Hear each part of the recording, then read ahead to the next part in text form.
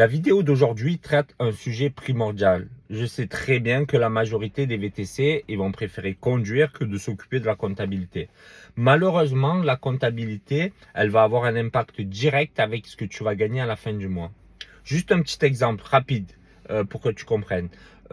Si tu veux te verser, on va dire, pour faire simple, 1000 euros par mois en SASU ou 1000 euros par mois en URL, tu veux te faire un salaire de 1000 euros.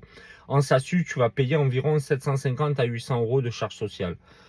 En URL, tu vas payer 450 euros de charges. Donc, c'est une énorme différence. Ça fait 350 euros. Ça fait 4000 euros par an de différence. Tu perds 4000 euros si tu as choisi un statut qui n'est pas bien adapté à ce que toi, tu veux faire. Donc, dans cette vidéo, je vais essayer de parler des 3 statuts les plus couramment utilisés. Et chacun va essayer de retrouver le statut qui peut le plus lui correspondre. En plus de ça, on va essayer de parler de la voiture. Est-ce que c'est mieux de la passer dans ses charges ou alors d'utiliser les indemnités kilométriques? C'est aussi très important et ça peut faire une énorme différence à la fin du mois. Donc déjà, moi je vous conseille de bien vous renseigner sur le sujet car il ne faut pas compter uniquement sur le comptable. C'est très bien d'avoir un bon comptable, mais les comptables, ils ont d'autres clients, ils sont occupés. Donc, ce qu'il faut faire, c'est bien se renseigner sur le sujet. Aujourd'hui, comme je l'ai déjà dit dans d'autres vidéos, il y a des sources d'informations avec Internet, avec Google qui sont énormes.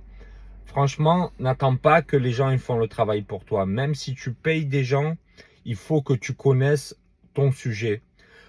Lorsque tu vas aller à ton rendez-vous avec l'expert comptable, parce que si tu as une société, tu vas devoir faire un bilan, tu vas devoir avoir un expert comptable, tu dois maîtriser ton sujet et c'est à ce moment-là que, au contraire, tu vas prendre des notes avant d'y aller et tu vas poser les questions qui va te manquer, des questions que tu voudras voir avec ton comptable. Donc, le comptable, les amis, en fait, le comptable, lui aussi, il est occupé. Il n'y a pas de ouais, mais bon, moi je vais prendre un bon comptable. Ouais, mais les bons comptables, c'est pareil. Ils sont occupés, ils ont beaucoup de rendez-vous, ils ont parfois la tête ailleurs, ils sont difficiles à joindre. Et vraiment, en fait, ce qu'il faut comprendre, c'est que le comptable, il n'a pas toujours réponse à tout. Moi, je peux te dire que ça m'est arrivé déjà plusieurs fois avec plusieurs experts comptables différents que le gars il me dise je vais me renseigner sur ce point précis et je reviens vers vous. Donc c'est pas obligatoire que le comptable il sache tout de suite parce que justement moi d'ailleurs je conseille dans la mesure du possible d'essayer de trouver un comptable qui travaille déjà avec des VTC peut-être ou qui est spécialisé VTC taxi ou au moins qui a déjà des VTC ou taxi dans sa clientèle parce que c'est quand même quelque chose de spécifique. Et tu vas te rendre compte que comment justement la voiture, l'optimisation de ta société qui va dépendre de certains détails. Si toi tu en parles pas à ces détails à ton comptable, peut-être que tu vas passer à côté du bon statut juridique. Normalement, regarde, un autre exemple simple, si tu as déjà un salaire, bien sûr, alors le mieux, c'est pour toi d'opter pour plus de dividendes. C'est-à-dire, si tu as déjà un salaire d'une autre activité ou alors tu as une autre société où tu cotises déjà, le mieux, c'est évident, c'est de te payer en dividendes. Mais si dans la discussion, quand tu vas aller voir le comptable, bien sûr que normalement l'expert comptable, il doit te demander ta situation, mais c'est pas garanti. C'est à toi aussi des fois, comme je l'ai dit tout à l'heure, l'expert comptable, il faut pas se dire oh il est bon, je le paye. Non, il faut que toi tu connaisses ton sujet aussi. Si tu passes à côté de cette information, par exemple, lui il va te faire un statut juridique. Au premier rendez-vous, il va voir avec toi. Ça va vite le rendez-vous, hein. Une fois que tu as lancé tes papiers, après pour le statut, c'est compliqué pour revenir en arrière, hein. Il faut dissoudre la société, en recréer une autre, c'est très très compliqué. Donc ça, c'est par exemple, c'est un élément important, comme quoi un détail, il peut changer l'optimisation de ta société, l'optimisation de tout ton système. Donc, il faut vraiment que toi aussi, je le répète encore une fois, tu as connaissance d'un maximum de choses sur la comptabilité. Donc, on va voir ensemble les trois différents statuts juridiques. Donc, je vais essayer de donner mon avis et dans quel cas de figure choisir l'un ou l'autre. Donc, il y a auto-entrepreneur, il y a EURL ou SARL, c'est pareil, ou la SASU. Donc, pour auto-entrepreneur, si tu souhaites tester l'activité de VTC, c'est bien. Euh, Pourquoi c'est bien si tu souhaites tester l'activité de VTC? Parce que c'est le statut juridique où il y a le moins de formalités. Donc, c'est le plus facile, les démarches les plus simples, c'est des démarches simplifiées pour créer l'activité, pour se lancer dans l'activité. Et c'est le plus simple pour arrêter aussi. Donc c'est un point important. Il faut savoir que quand on crée une société, souvent on doit passer par un expert comptable. Ça coûte au moins 500 euros, voire plus. Voire plus. Donc là, c'est un point important. Et aussi, si par exemple tu souhaites faire que quelques heures par semaine, ou je sais pas, tu prévois de faire 200 euros par semaine, aussi c'est pas mal parce que du coup tu vas pas avoir tu n'es pas obligé d'avoir recours à un expert comptable, tu vas pouvoir payer chaque mois 100 ou 150 euros. Tu n'auras pas de TVA, tu n'as pas de TVA. Donc tout ça, c'est des points positifs. Euh, Après, il faut savoir qu'auto-entrepreneur, c'est limité. Si c'est une activité de service comme là, dans ce cas de figure, c'est limité à 35 000 euros environ par an. Donc tu risques vite de dépasser les 35 000 euros et tu vas tomber, on va automatiquement te basculer dans l'entreprise individuelle et ça va pas être un statut vraiment adapté à l'activité de VTC. Donc, c'est quoi l'autre désavantage et pourquoi je ne conseille pas auto-entrepreneur? C'est que on va te prendre des charges sur ton chiffre d'affaires, pas sur ton bénéfice. Ça veut dire quoi concrètement? Un exemple précis, même si je vais aller à l'extrême pour que tout le monde comprenne. Si dans une société, tu fais 10 000 euros de chiffre d'affaires dans l'année et tu avais un beau véhicule, tu as roulé beaucoup à vide, en fait, tu as fait les choses mal et tu as beaucoup de frais au final, tu as 10 000 euros de frais, tu vas être à zéro de bénéfice. Et sauf quelques cas particuliers de l'URL où tu dois cotiser un minimum, mais sinon, tu auras du coup 0 € de charge à donner par mois. Sauf le cas où c'est une URL, ou bon, j'expliquerai, mais bon, c'est juste pour simplifier les choses, pour qu'on comprenne c'est quoi la différence entre auto-entrepreneur et la société. Mais le cas de l'auto-entrepreneur, si tu as fait 10 000 euros, tu vas payer environ 25% de charges sociales sur ces 10 000 euros. Donc ça va faire environ 2 500 euros. Donc ça, c'est une grosse différence.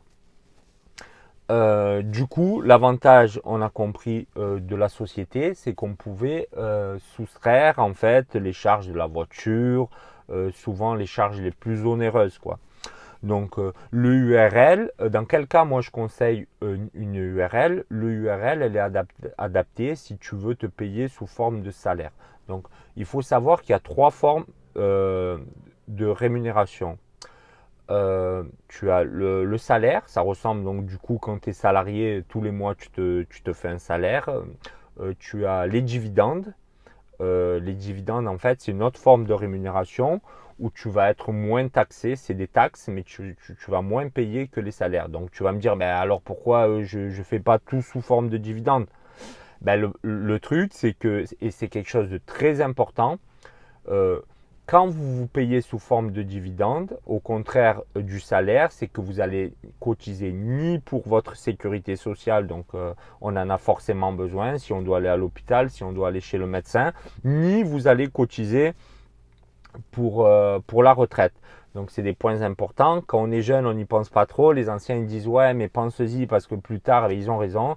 Et il faut penser aussi à la retraite. C'est vraiment, moi je conseille vraiment si vous avez aucune autre activité et que VTC, ça va être ton activité principale, de faire un salaire, de faire au moins un salaire minimum pour pouvoir cotiser pour la retraite. Donc si tu fais tout sous forme de dividende, donc certes, tu vas payer moins d'impôts, c'est une taxe qui est environ à 30%. Sauf, donc là je vais encore parler d'un cas particulier, après je vais pas aller plus loin, c'est il y a une optimisation qui est vraiment bonne. Donc dans le cas où tu as déjà un salaire quelque part, où tu as une autre société, par exemple, où tu cotises, donc tu veux te faire payer sous forme de dividende, tu crées une SASU et tu choisis l'IR, pas l'IS, l'IR. En fait, tu vas pas payer des impôts directement sur la société, mais ça va être, c'est ton foyer qui va être impacté. Donc, si plus tu as d'enfants ou si tu es marié, moins tu vas payer d'impôts, moins tu vas payer de taxes sur ces dividendes. Dans le meilleur des cas, si tu es bien optimisé, ça va descendre à 10%.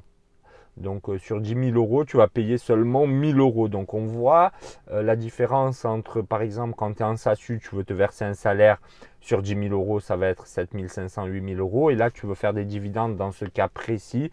Donc je te conseille de demander à un expert comptable, donc justement qui est spécialisé, si tu as déjà un salaire ou tu as déjà une entreprise, de te conseiller pour la SASU en dividende à l'IR. Donc, je reviens à mes formes de rémunération. On a dit il y a le salaire, il y a donc les dividendes et il y a une troisième forme de rémunération aussi, même si elle est un peu, on va dire, déguisée, mais elle est légale. C'est quand grâce à ta société, justement ça, tu ne peux pas le faire quand tu es auto-entrepreneur. Tu t'achètes ou un téléphone, tu t'achètes un ordinateur, tu t'achètes des habits. Tout ça, c'est légal. Personne qui peut te dire non, tu n'as pas le droit d'acheter un iPhone. Si tu veux t'acheter un iPhone avec ta société, eh ben, tu as le droit. Et justement, ça peut être très intéressant. On va prendre un cas de figure encore une fois précis, simple pour que tout le monde comprenne. S'il te reste 1 000 euros de bénéfices à la fin de l'année et que tu t'es déjà fait tes salaires, donc tu as déjà cotisé, tu n'en as plus particulièrement besoin. Bon, même si tout le temps on a besoin de l'argent, mais bon, tu ne veux pas payer un dividende des taxes de 30% de dividende sur ces 1 000 euros et tu veux t'acheter un ordinateur justement de 1 000 euros. Donc, qu'est-ce qui va se passer? Tu vas tomber, du coup, tu achètes un ordinateur au nom de ta société et tu tombes à 0 euros de bénéfice. Et dans ce cas-là, du coup, tu vas plus payer ou 500 euros, un ordinateur à 500 euros ou 400 euros, peu importe. Et du coup, tu vas plus payer d'impôts sur ta société. Non seulement tu payeras plus d'impôts, tu vas récupérer un ordinateur et en plus tu vas récupérer la TVA. Donc si c'est 20%, c'est 200 euros. 200 euros de TVA qui vont être déduits. C'est énorme. Et si c'est des gros achats, c'est l'amortissement, il se fait sur plusieurs années. Donc tu vas pouvoir bénéficier de cette réduction sur plusieurs années. Donc ça, c'est énorme. Ça, généralement, les experts comptables, ils peuvent conseiller sur ça, ils sont bons sur ça. Donc, c'est les trois formes de rémunération. Donc, le URL, l'avantage, en gros, c'est si tu dois te faire des salaires, le meilleur statut, c'est le URL. C'est celle qui a un petit peu moins de cotisation à payer, de charges sociales. Donc, avec la SASU, c'est une grosse différence. Sur 10 000 euros en URL, c'est 4 500 euros, alors qu'en SASU, c'est 7 500, 8 000. Comme on l'a dit, c'est énorme. Alors, tu vas me dire, mais pourquoi alors j'entends SASU? Pourquoi les gens ils parlent de la SASU? Parce que la SASU, elle a d'autres avantages qui sont du coup les dividendes. Et rien ne t'empêche de te faire une partie en dividendes, une partie en salaire afin de cotiser à la retraite, à la sécurité sociale. Par exemple, je te donne un exemple. Si tu as 40 000 euros de bénéfices, tu peux faire 10 000 euros en salaire et 30 000 euros en dividendes où tu vas du coup payer beaucoup moins de taxes. Ça va être taxé, mais moins. Donc ça, c'est un gros avantage. Donc, dans quel cas opter en général pour une SASU? La SASU est très bien si tu veux te payer en dividende. Donc, si tu as déjà un salaire ailleurs, dans le cas de figure où tu as un salaire ailleurs, où tu as une autre société qui cotise déjà pour la sécurité sociale et pour la retraite, donc dans ce cas-là, c'est vraiment la meilleure optimisation SASU. SASU dividende. Donc là, on a vu les trois formes, en gros, les trois formes différentes. Donc on récapitule rapidement. Donc auto-entrepreneur, c'est bien si on veut tester le métier de VTC ou faire que quelques heures par semaine. C'est vachement simplifié. Le URL, c'est bien si on n'a pas d'autres activités, qu'on ne cotise pas et ça va être notre seule activité. Donc on va devoir se faire des salaires et le taux d'imposition est meilleur, donc c'est recommandé, c'est un peu le passe-partout des statuts juridiques. Et si au contraire on a déjà ou une société où on cotise déjà, on veut faire beaucoup de dividendes, payer moins de taxes, du coup pour récupérer de l'argent, c'est SASU qui est l'idéal. Donc en plus de ça, il y a un point important qu'il faut qu'on voit, c'est la voiture. Est-ce qu'il vaut mieux la passer en frais et la mettre au nom de la société ou faire des indemnités kilométriques? Donc si on a une voiture qui coûte beaucoup en entretien, c'est bien de la passer au nom de la société. Si elle coûte beaucoup en essence, si elle a été chère à l'achat, on peut récupérer la TVA souvent sur le prix d'achat du véhicule. Donc un véhicule à 50 000 euros, il y a 20% de TVA, on récupère 10 000 euros de TVA. On avance la TVA, c'est-à-dire nous on va la payer TTC, mais à la fin de l'année, on doit de la TVA à l'État, on va déduire ces 10 000 euros, donc on va récupérer 10 000 euros de TVA, c'est énorme. En plus de ça, on va amortir le véhicule sur plusieurs années et chaque année, on va bénéficier donc de cette réduction. Du coup, ça c'est vraiment si par exemple tu as une voiture, on va dire une Mercedes, les entretiens ils sont très chers. L'essence ça coûte, les pièces de rechange sont chères. Tu peux récupérer de la TVA à l'achat si tu achètes dans un garage chez un professionnel. Donc si tout ça, tu es dans ce cas de figure, c'est intéressant. C'est quoi les indemnités kilométriques? C'est tu gardes la voiture à ton nom et en gros tu vas te dédommager chaque mois pour prêter la voiture à ta société. Donc chaque mois, tu vas pouvoir te verser une somme qui ne sera pas soumise aux cotisations. Donc ça, c'est un gros plus. C'est un gros plus, donc c'est un très très gros plus. Par exemple, concrètement, qu'est-ce que ça représente? Euh, Si tu fais, on va dire, environ 10 000 km par mois. Donc on va prendre un exemple d'un gros rouleur, c'est beaucoup 10 000 km. Pour prendre un exemple, donc 10 000 km, ça correspond à environ, selon le barème de l'État, il y a un barème, selon ta voiture, c'est par rapport aux chevaux fiscaux. Donc si tu as une voiture de 7 chevaux fiscaux environ, ça fait environ 40 centimes de dédommagement au kilomètre. Donc 40 centimes au kilomètre, si on fait 10 000 km, c'est à peu près 4 000 euros par mois que tu peux te verser de ton compte pro à ton compte courant sans aucune charge. C'est ça qui est important. En contrepartie, bien sûr, tu ne pourras plus utiliser ton compte professionnel, que ce soit pour payer ton essence, que ce soit pour faire des réparations, pour faire l'entretien. Tu ne pourras pas récupérer du coup la TVA au départ, là, quand on avait parlé de 10 000 euros. Donc tu l'achètes à ton nom propre, tu ne peux pas récupérer la TVA. Donc par contre, pour un gros rouleur, on a vu que si tu as 7 chevaux fiscaux, ça fait une énorme somme. 4 000 euros, c'est presque plus qu'un salaire. Après, à voir justement, si tu as une voiture, un exemple, qui consomme énormément, ça va coûter cher en essence. Et ça, tu ne peux pas passer dans les frais. Donc, dans quel cas les indemnités kilométriques sont intéressantes? Ben, dans le cas où tu roules beaucoup et où ta voiture te coûte moins en frais d'essence, d'entretien, par exemple. Donc, du coup, on va en revenir, par exemple, à la Tesla, à une Tesla Model 3, donc une Tesla Model 3. Donc, ce qui est rare dans les voitures électriques, justement, quand vous regardez le barème de l'État, c'est que quand vous êtes en électrique, vous n'avez pas beaucoup de chevaux fiscaux. Du coup, au lieu d'être à 40 centimes, vous allez être à 15 ou 20 centimes, je ne sais pas exactement, ça dépend combien de chevaux fiscaux. Et là, du coup, pour 10 000 km, on va pouvoir récupérer beaucoup moins d'argent. Mais quand on a par exemple une Tesla, c'est 7 chevaux fiscaux. Malgré le fait que ça soit une voiture électrique, c'est 7 chevaux fiscaux. Du coup, on va être dans le barème du haut. Et en plus, le gouvernement donne 20-25% donne 25% d'augmentation par rapport à ce barème. Du coup, ça va être même dans les 50 centimes le kilomètre. Donc, 50 centimes le kilomètre. Si, comme on a vu, donc on en revient à la vidéo de quelle voiture acheter et l'importance de choisir sa voiture.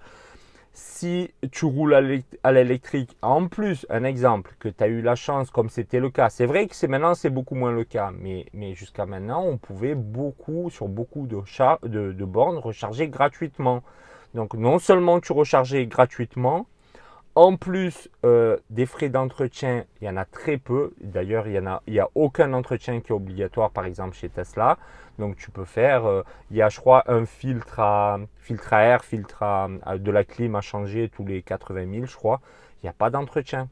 Donc c'est là qu'on se rend compte que c'est une différence énorme. Donc dans ces cas-là, tu peux bénéficier d'un gros dédommagement de la part l'État t'autorise à te dédommager toujours, je répète, sans charge sociale tous les mois d'un gros montant.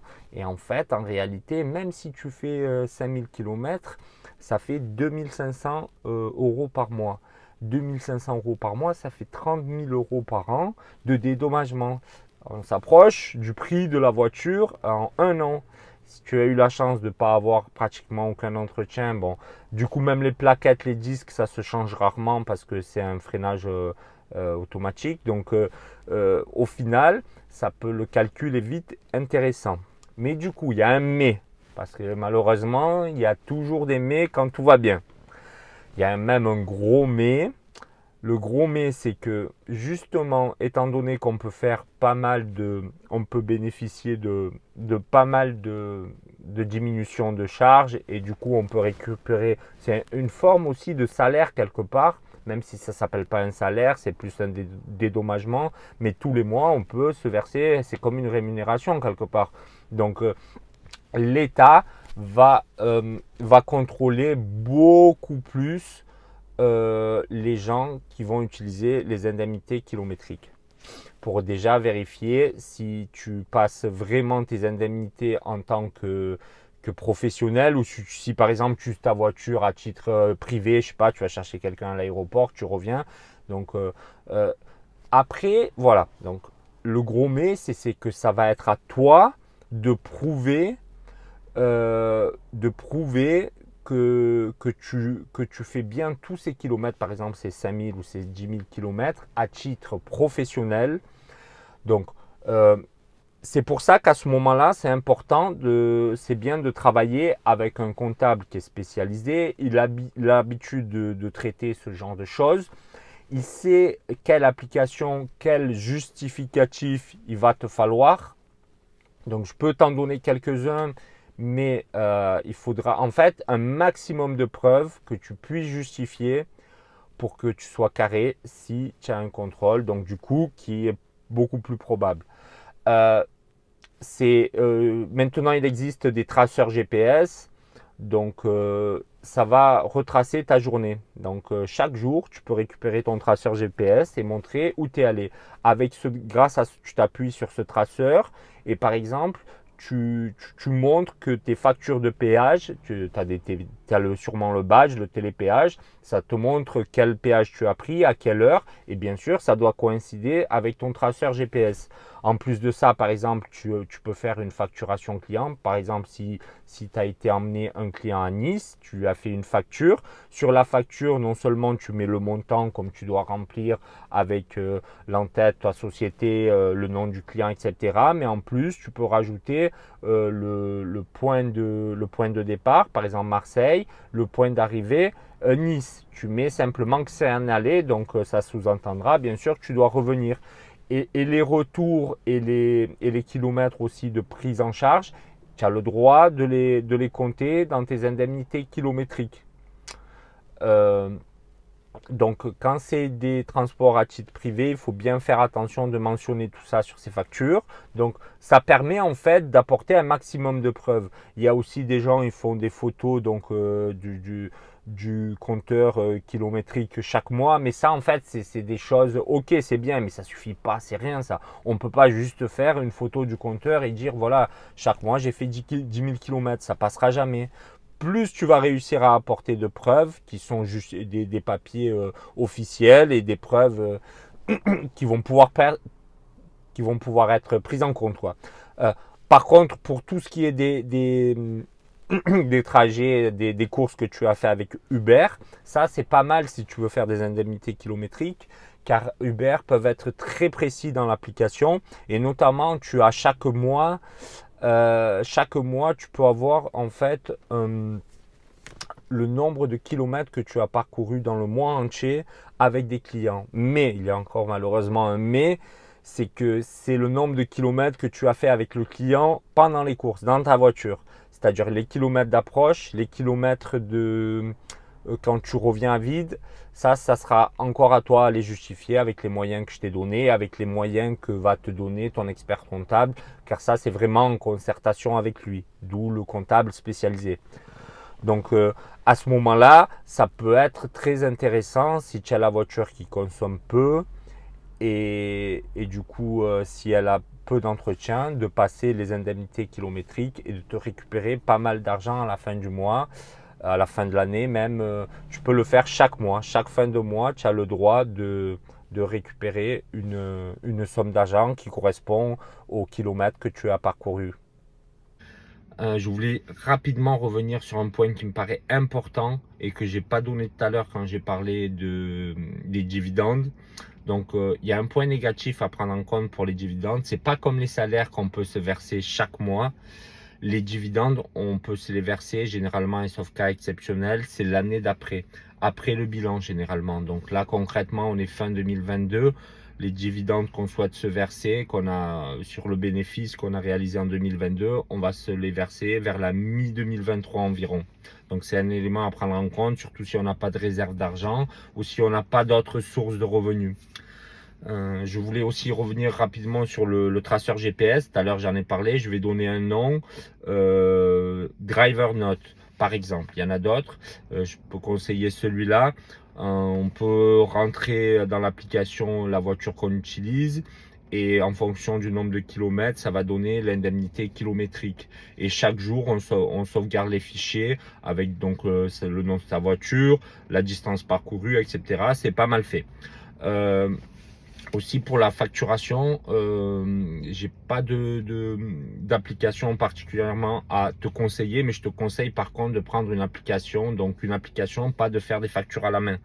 Il y a beaucoup d'applications à télécharger, il y en a des payantes, il y en a des gratuites, à toi de voir et surtout comme j'ai dit, donc point de départ, point d'arrivée et pourquoi pas, je sais qu'il y a aussi des applications qui donnent la distance parcourue sur la course que tu as facturée. Donc si c'est Uber, c'est encore plus simple parce que Uber fait directement une facturation détaillée. Et aussi une autre chose pour le péage, j'en ai parlé aussi rapidement tout à l'heure. Donc pour le badge, moi je crois que j'ai 20% sur moins 20% sur les péages. C'est assez important comme remise, donc c'est mieux que de payer à la carte bleue. Et encore une fois là, du coup sur la facturation à la fin du mois, on a le lieu du péage et la date. Donc encore une fois, ça c'est pour qu'on soit en concordance avec le traceur GPS, la facture détaillée qui montre le point de départ, le point d'arrivée et, et du coup pour que tout ça soit logique. Je pense que donc tu as compris. Dans tous les cas de figure, vois avec ton expert comptable pour ce point précis sur les pièces justificatives et sur quels documents tu vas devoir conserver. Bon, ben voilà les amis, je pense qu'on a fait un tour de la question. S'il y a encore des questions auxquelles j'ai pas répondu, n'hésite pas de laisser en commentaire. Si je sais répondre, ben, je répondrai. Si des fois je sais pas et ça peut arriver, je dirai je sais pas. Abonne-toi, comme ça tu auras les notifications pour les prochaines vidéos. Moi, ça fait toujours plaisir d'avoir un petit like ou un abonnement. Ça motive, ça aide. Et puis voilà, on se dit à très vite.